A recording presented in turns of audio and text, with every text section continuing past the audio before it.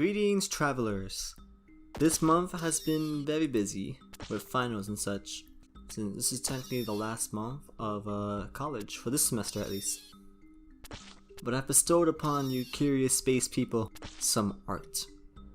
And at the end of this, I will show a bit of coding that I did with some of the arts, which you will understand a bit. Anyways, let's jump right in. First on the menu of this special 5-course meal is a reference sheet for characters and other in-game stuff. I heard reference sheets make the art process a lot easier, so I'm excited to give this a try and update this more in the future. Here we see the cave zone with its local residents and items. I want each level to have its own zone like a zoo, since zoos have their own like areas and parks and such.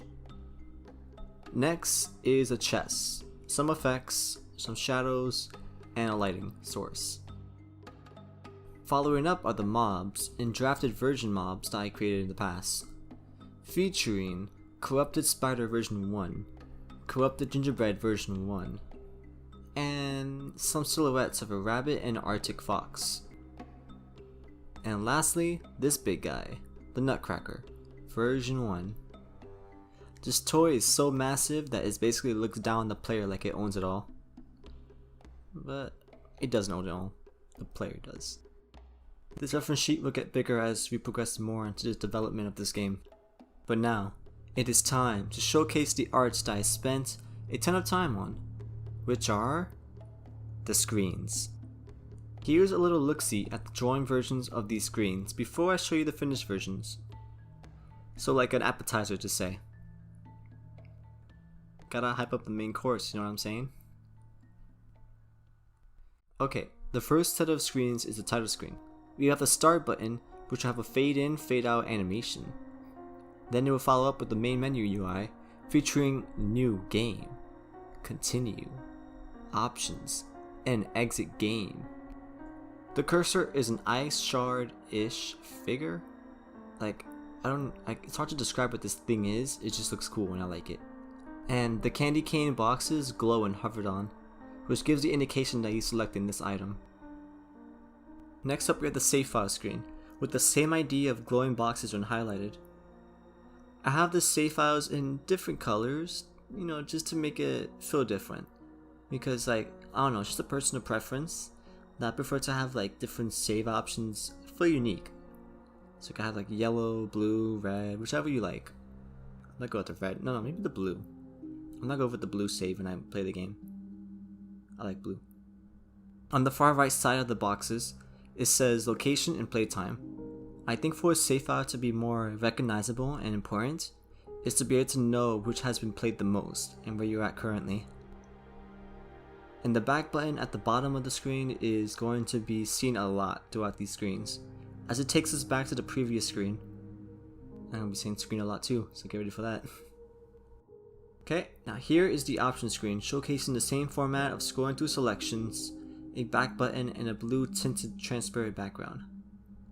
Nothing too grand in this one, it's pretty simple, as long as it establishes the main purpose. Which it does, you know, you click that, you go back, which is perfect. Now if you click on the settings, it will take you to the settings screen, when coded of course. And if you click on the load save file, it will take you to the save file screen. And if you click on the exit to title, a pop-up will show up. Will be asking you, are you sure about this? And if you selected yes, then it will take you to the title screen. Settings. This one took a long while to make because I had to set up two different versions. The regular settings screen, which you're seeing right now, and the customized keys screen you're going to see in a bit. So this is a bit different from the previous screens because the plan for this is to click on the highlighted words and it will give you a specific command. For instance, the sound and music volume will have a bar of where you can modify it. The full brightness means that it is at max volume. The full darkness means that it is at 0 volume. And the screen size gives you the ability to choose between full, medium, or small. Customized keys will take you to the different page. Default will set the settings to how it was originally, and apply changes will keep the modified changes on to update the game. For the customized key screen, It's basically the same thing, but when you click, a key appears in the box next to the glowing words. This screen is kind of a spoiler for potential ideas that can be used in the gameplay mechanics. So, yeah, we should probably move on to the next section. The next section for this is the in-game screens. This right here is the pause screen. So far it looks okay. I can modify this a bit more once the game is finished, but as of now I'll leave it as is since it gets the purpose across. Oh, also the design for the boxes is no longer a candy cane pattern, because I wanted to indicate that this is an in-game feature, an in-game screen. And this only has 3 locations they could send you to, which is resuming back into the game, inventory screen, or option screen, which if you want to exit out of the game, you gotta go to options and then go exit the title screen, and then from title screen you exit the game. Or you can just press escape and then close the window after you save. The inventory screen is the last screen of screens. Well, these are the screens of screens for now. The screens. And this showcases the elf portrait, the candy cane type, the arrow type, and the magic relic. When hovered on any of those 3 boxes, it will highlight the gray box to the right, as that will be where the item is showcased at. And if you click on the text box, it will expand the right side box to a selection of 5 different boxes.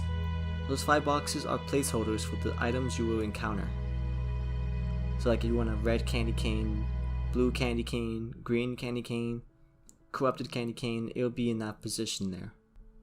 I only did the candy cane type setup because I'm kind of unsure if the coding will be easy or difficult with this. So all depends on the coding. And speaking of code, it is now time. Now here is a dessert course of this 5-star meal. And by the way, if you enjoying this meal, be sure to rate me 5 stars in Yelp and leave a like as well. But anyways, this is a working title screen, which also has a working new game button. This doesn't sound grand, but the coding for this was stressful, as I had to figure out how to even set this up in the first place, since the Go-To tutorials I searched up didn't have the same approach I did for this game. As a novice of coding, that's kinda scary to have a lack of online info to guide you. But I got through it, and the menu is divided to 4 different scenes, since I had to showcase the sprite in 4 different ways. But currently it looks so good, like it looks very good. I'm proud of myself for this. But there's another issue with this, however. The issue is the sound effects, as in if I move the cursor and such, you don't really get any sounds, because when you go to scene to scene, the sound doesn't catch up and it just gets overridden with the scenes changing. I'll try to overcome this for the next devlog, if anything though. And for the next devlog, I will also focus on the next level art. So next devlog is pretty hype. I hope you guys enjoy this as we traverse in this rocky adventure with a novice game developer as your host. And this novice game developer has ambitious dreams to bring to reality. But anyways, I shall bid you all farewell.